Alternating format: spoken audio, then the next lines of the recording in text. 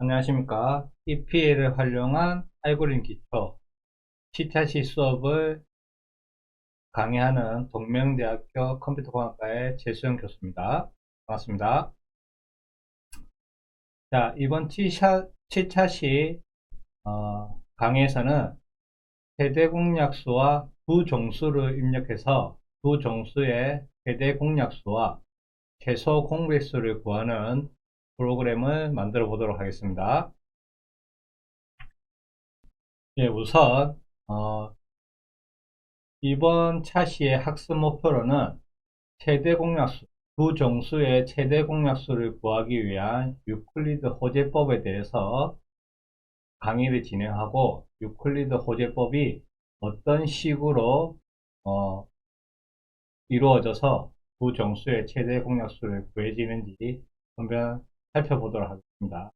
그리고 두 정수의 최대 공약수를 구했다면 최소 공배수도 구해봐야 되겠죠. 따라서 최소 공배수까지 구하는 프로그램을 만들어 보도록 하겠습니다. 자, 유클리드 호재법은, 자, 저희가 한번 생각해 봅시다. 두 정수를 입력했을 때 두 정수의 최대 공약수는 일반적으로 보면 어떻게 구하면 되겠죠? 입력받은 두 정수, 즉 각각의 정수의 약수를 구하고, 두 정수의 구해진 약수 중에서 공통된 약수를 찾아야 되겠죠.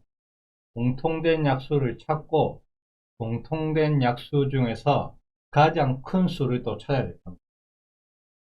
그런 과정을 거쳐야 두 정수의 최대 공약수가 구해지겠죠. 굉장히 쉽지 않을 겁니다. 먼저 저희가 소수 판별 프로그램에서 봤듯이 각각의 정수의 약수를 구하는 과정은 제가 이미 학습을 완료하였습니다. 즉 1부터 하나씩 증가하여 자기 자신까지 나누어 보고, 나누었을 때 나누어 떨어지면 그 수의 약수라고 판정을 해서 저희가 약수 리스트라는 리스트에 약수를 저장을 했었죠. 추가를 했었습니다.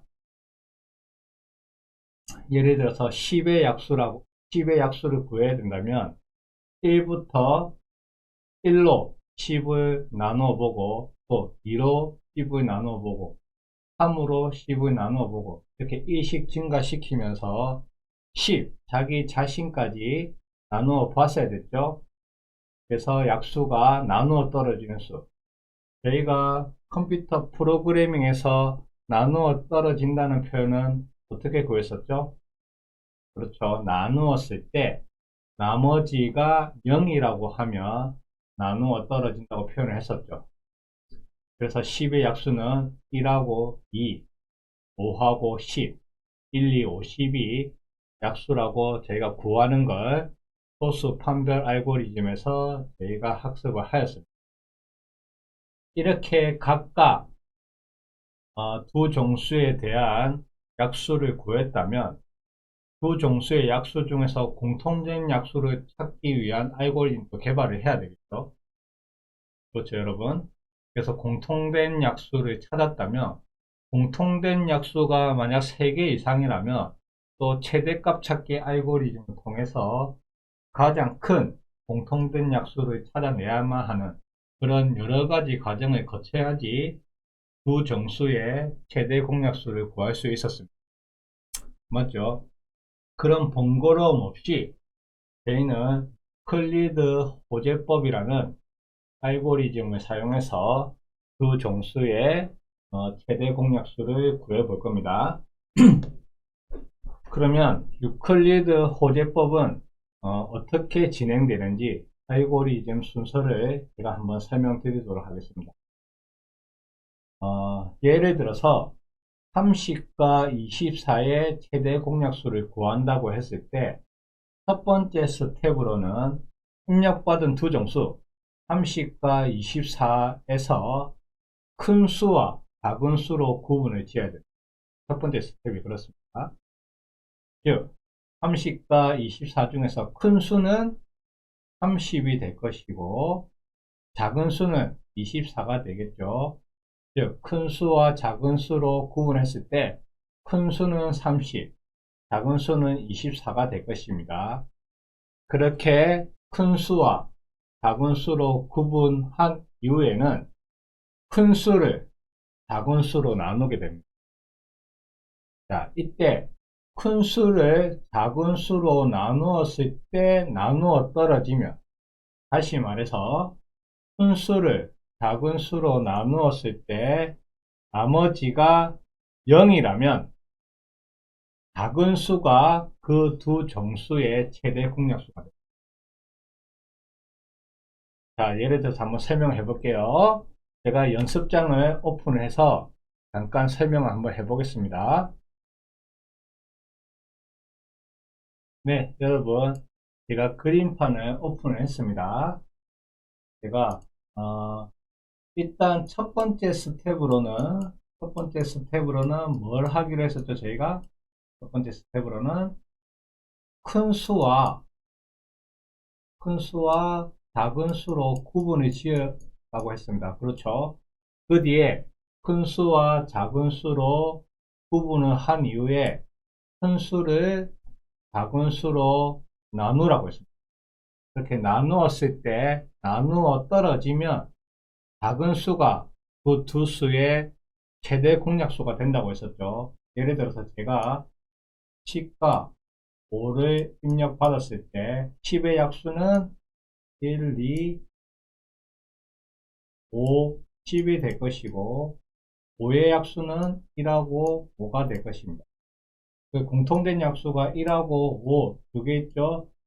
그 둘 중에 가장 큰 수 5가 이 두 수의 최대 공약수가 될 것인데, 유클리드 호재법으로 설명을 드린다면, 자, 10과 5로 큰 수와 작은 수로 구분을 지었죠. 그 뒤에 큰 수 10을 5로 나누었을 때 나누어 떨어지나요? 그렇죠. 나누어 떨어지죠. 나누어 떨어졌을 때 작은 수가 그 두 수의 최대 공약수라고 했습니다. 즉, 작은 수인 이 5가 이 두 정수의 최대 공약수가 되는 거겠죠. 동일하죠, 여러분? 이게 유클리드 호재법입니다. 다시 강의 자료로 돌아와서 설명을 드리면, 첫 번째 스텝으로 큰 수와 작은 수로 나누었고, 큰 수를 작은 수로 나누었을 때 나머지가 0, 즉 나누어 떨어지면 작은 수가 최대 공약수가 된다고 했는데, 만약 나누어 떨어지지 않는다, 그럼 어떻게 할까요? 그때는 이제 스위칭이 일어나는 겁니다. 큰 수를 작은 수로 바꾸고 작은 수를 0이 아닌 나머지 값으로 바꾸게 됩니다. 그렇죠? 처음에 30과 24를 입력했을 때 나누었을 때 나머지가 6이죠. 그러면 큰 수를 작은 수인 24로 바꾸고 작은 수인 24를 0이 아닌 나머지 6으로 바꿔서 다시 24를 6으로 나누게 됩니다. 그때는 어떻게 되죠? 나머지가 0이 되죠. 나머지가 0이 될 때는 작은 수가 그 두 정수의 최대 공약수라고 했습니다. 따라서 큰 수 24, 작은 수 6일 때 나머지가 0이기 때문에 30과 24의 최대 공약수는 작은 수인 이 6이 된다는 것입니다. 이것이 유클리드 호재법의 알고리즘입니다. 다시 한번 설명드리면, 첫 번째, 두 정수를 입력받고 큰 수와 작은 수로 구분을 짓습니다. 두 번째, 자, 큰 수를 작은 수로 나누었을 때 나머지가 0, 즉 나누어 떨어진다면 작은 수가 최대 공약수가 될 것이고, 그렇지 않을 경우는 스위칭이 일어난다고 했죠. 큰 수를 작은 수로 바꾸고 작은 수를 0이 아닌 나머지 수로 바꿔서 다시 큰 수를 작은 수로 나눕니다. 뭐가 될 때까지? 즉 나누어 떨어질 때까지, 나머지가 0이 나올 때까지 그 과정을 진행을 하면 결국은 작은 수, 즉 최대 공약수를 찾을 수 있겠죠. 이것이 이제 유클리드 호재법인데, 저희가 이 알고리즘을 스크래치 2.0 개발 툴을 통해서 한번 개발해 보도록 하겠습니다, 여러분. 먼저 설명을 드리면, 자, 여러분 이제 익숙하시죠? 사용자 정의 함수, 추가 블럭입니다. BCD라는 세대 공약수라는 이름의 추가 블럭을 생성을 했고, 추가 블럭 내에서 사용할 정보를 받는 매개 변수가 두 개입니다. 즉, 매개 변수를 두 개 가지는 BCD라는 이름의 추가 블럭을 만든 것이죠. 그렇죠? 그래서 BCD라는 이름의 추가 블럭을 호출하면서 두 정수를 N1, N2로 던져주면 우선 유클리드 호재법을 사용하기 위해서는 첫 번째 스텝이 뭐였죠? 그렇죠, 여러분? 첫 번째 스텝이 큰 수와 작은 수로 나누라고 했습니다. 맞습니까? 그래서 입력받은 두 정수 N1과 N2, 즉 N1이 N2보다 더 크다면 당연히 큰 수는 N1이 될 것이고 작은 수는 N2가 될 것입니다. N1이 N2보다 더 크지 않다면 당연히 N2가 큰 수가 될 것이고 N1이 작은 수가 되겠죠. 그렇다면 N1과 N2가 같을 경우는 어떻게 하나요? 같을 경우는 그 수가 최대 공약수가 되는 겁니다. 그래서 같은 경우를 배제하고 넘어가도록 하겠습니다. 만약 두 정수가 10하고 10 같은 수가 입력이 됐다면 당연히 그 두 정수의 최대 공약수 10과 10의 최대 공약수는 10이 되겠죠. 그래서 같은 경우는 배제를 하고 진행을 해 보도록 하겠습니다. 이렇게 첫 번째 스텝으로 큰 수와 작은 수로 구분을 했다면 어떻게 하기로 했죠? 그렇죠. 큰 수를 작은 수로 나누기로 했었죠. 큰 수를 작은 수로 나누었을 때 나머지가 0이라면, 즉 나누어 떨어진다면 작은 수가 최대 공약수가 된다고 했습니다. 맞습니까? 그렇지 않을 경우는 어떻게 하죠? 큰 수를 작은 수로 바꾸고 작은 수를 0이 아닌 나머지로 바꿔서 다시 큰 수를 작은 수로 나누는 행위를 반복한다고 했죠. 언제까지? 큰 수를 작은 수로 나누었을 때 나머지가 0이 나올 때까지. 맞습니까? 그렇죠. 그래서 이 프로그램을 저희가 스크래치 2.0 개발 툴을 오픈을 해서 하나하나 코딩을 해가면서 한번 살펴보도록 하겠습니다. 이 같은 경우는 강의 자료에서 나왔던 경우는 무한 반복을 통해서 나머지가 0이라면 최대 공약수를 작은 수로 정하고 이 스크립트를 빠져나오게, 반복문을 빠져나오게 구현을 한 겁니다. 이렇게 구현해야 돼갖고 어떤 조건이 만족할 때까지 반복하기 부문을 이용해서 여러분들이 개발해봐도 되겠죠. 맞습니까?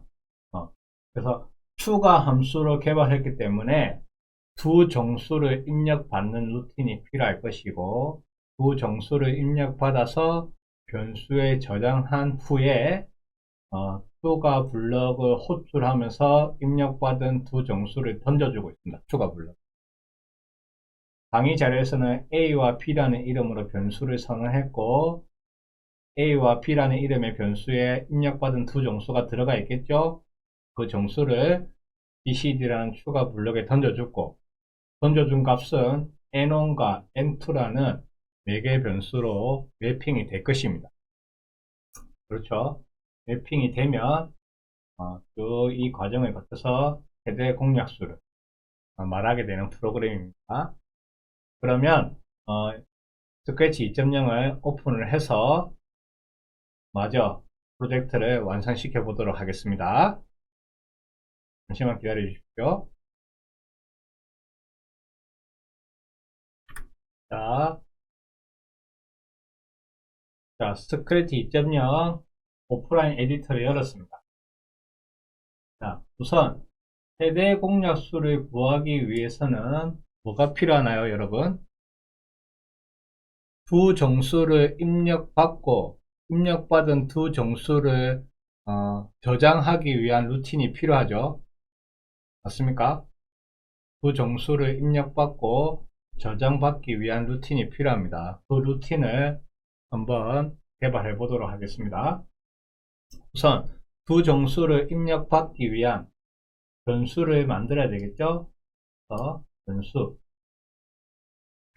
정수 1이라는 이름으로 변수를 하나 만들었고요. 제가 다음 정수 2라는 이름으로 변수를 만들었습니다.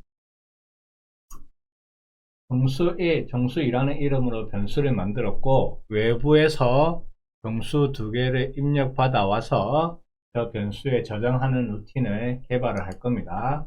우선 시작 버튼이 클릭됐을 경우 외부에서 데이터를 입력받아 와야 되겠죠. 정수를 입력하세요. 정수를 하나 입력하세요라고 묻고 대답을 기다릴 겁니다. 묻고 기다리기 블럭이 외부에서 데이터를 입력할 수 있는 창을 띄우는 블럭이었죠. 실행을 시키면 이렇게 외부에서 데이터를 입력할 수 있는 또는 숫자를 입력할 수 있는 창을 이렇게 띄워줍니다. 그렇죠, 여러분? 그러면 이런 텍스트 박스를 통해서 입력한 데이터는 어느 블록을 통해 들어왔었죠? 그렇죠. 이 대답이라고 부르는 블록을 통해서 저희가 입력했던 데이터가 들어왔습니다. 입니까? 그러면 저희가 입력한 정수를 변수에 저장하기 위해서 정수 1에 대답으로 정하기 하면 되겠죠, 여러분? 이렇게 되면 정수 하나를 외부에서 받아와서 정수 1이라는 이름의 변수에 저장을 했습니다. 맞습니까? 정수 하나를 더 받아와야 되겠죠? 똑같이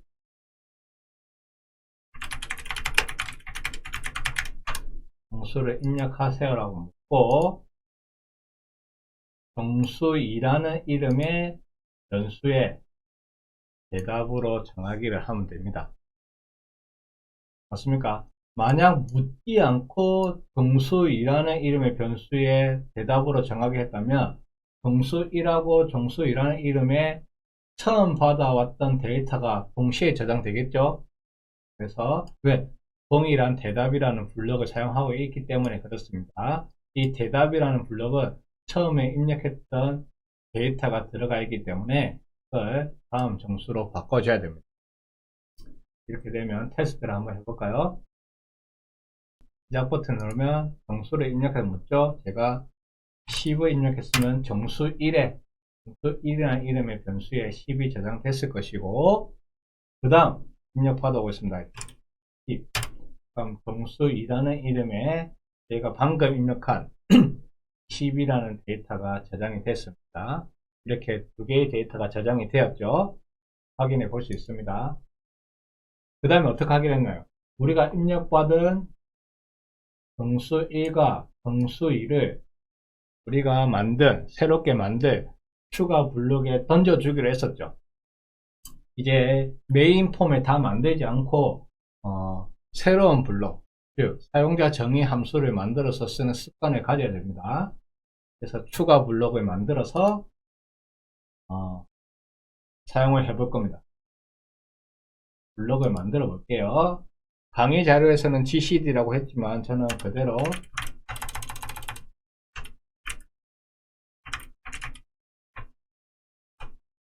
최대 공약수라는 이름의 추가 블록을 만들 것이고 이 최대 공약수라는 이름의 추가 블록은 정수 2개가 필요합니다. 맞죠, 여러분? 정수 2개를 받아와야 되기 때문에 n1이라는 이름으로 4개 변수를 만들고 n2라는 이름으로 4개 변수를 만듭니다. 자, n1, n2가 만들어졌습니다. 그러면 최대 공약수라는 이름의 추가 블록을 호출하면서 정수 1하고 정수 2 변수에 들어있는 값을 던져주면 되겠죠, 여러분?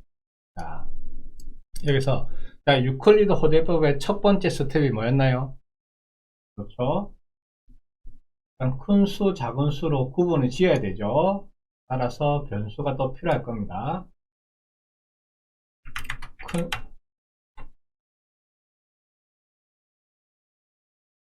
큰 수를 담을 수 있는 변수 하나와 작은 수를 담을 수 있는 변수, 그리고 마지막으로 최대 공약수를 담을 수 있는 변수와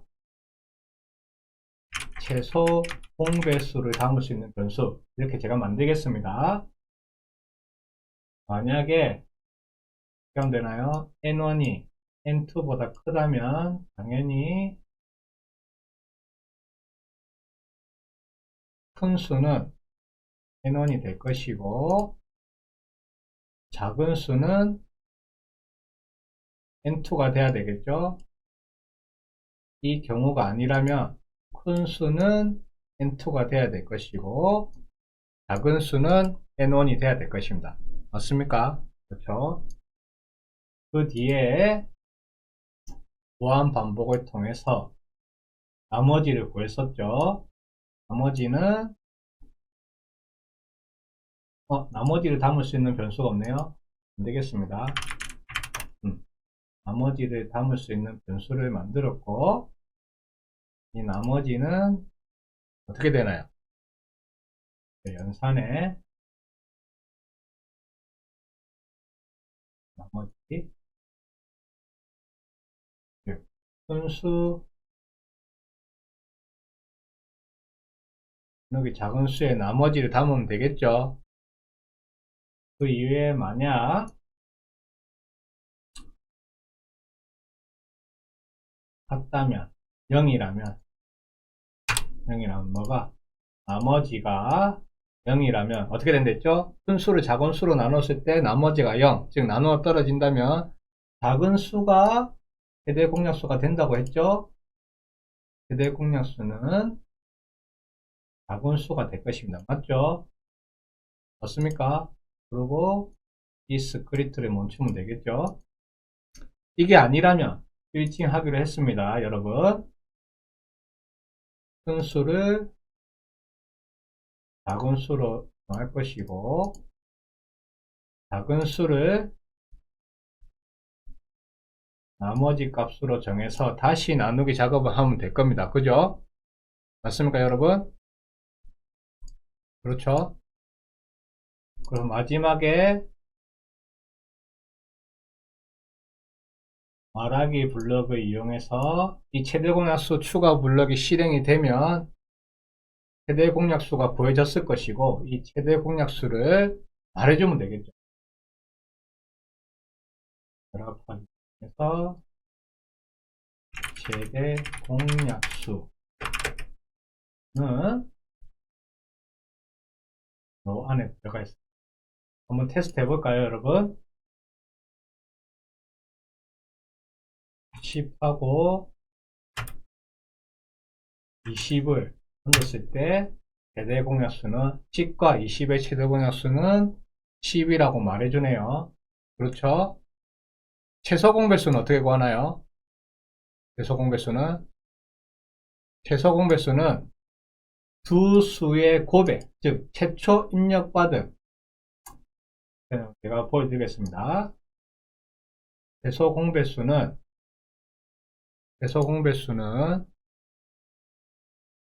두 수의 곱액, 최대 공약수로 나눠주면 됩니다. 즉 정수 1과 정수 2의 곱의 최대 공약수를 나누어 주면 최소 공배수가 구해집니다. 네. 테스트 한번 해보겠습니다, 여러분. 똑같이 10하고 20을 담으면 최대 공약수는 10이고 최소 공배수는 20이죠. 확인해 보셨죠? 최대 공약수는 10이고 최소 공배수는 20이 나오는 거 확인했습니다. 이거 똑같이 말해주면 더 좋겠네요, 여러분. 추가 블럭 내리고 결합하기 블럭을 이용해서 한번 바꿔 보겠습니다.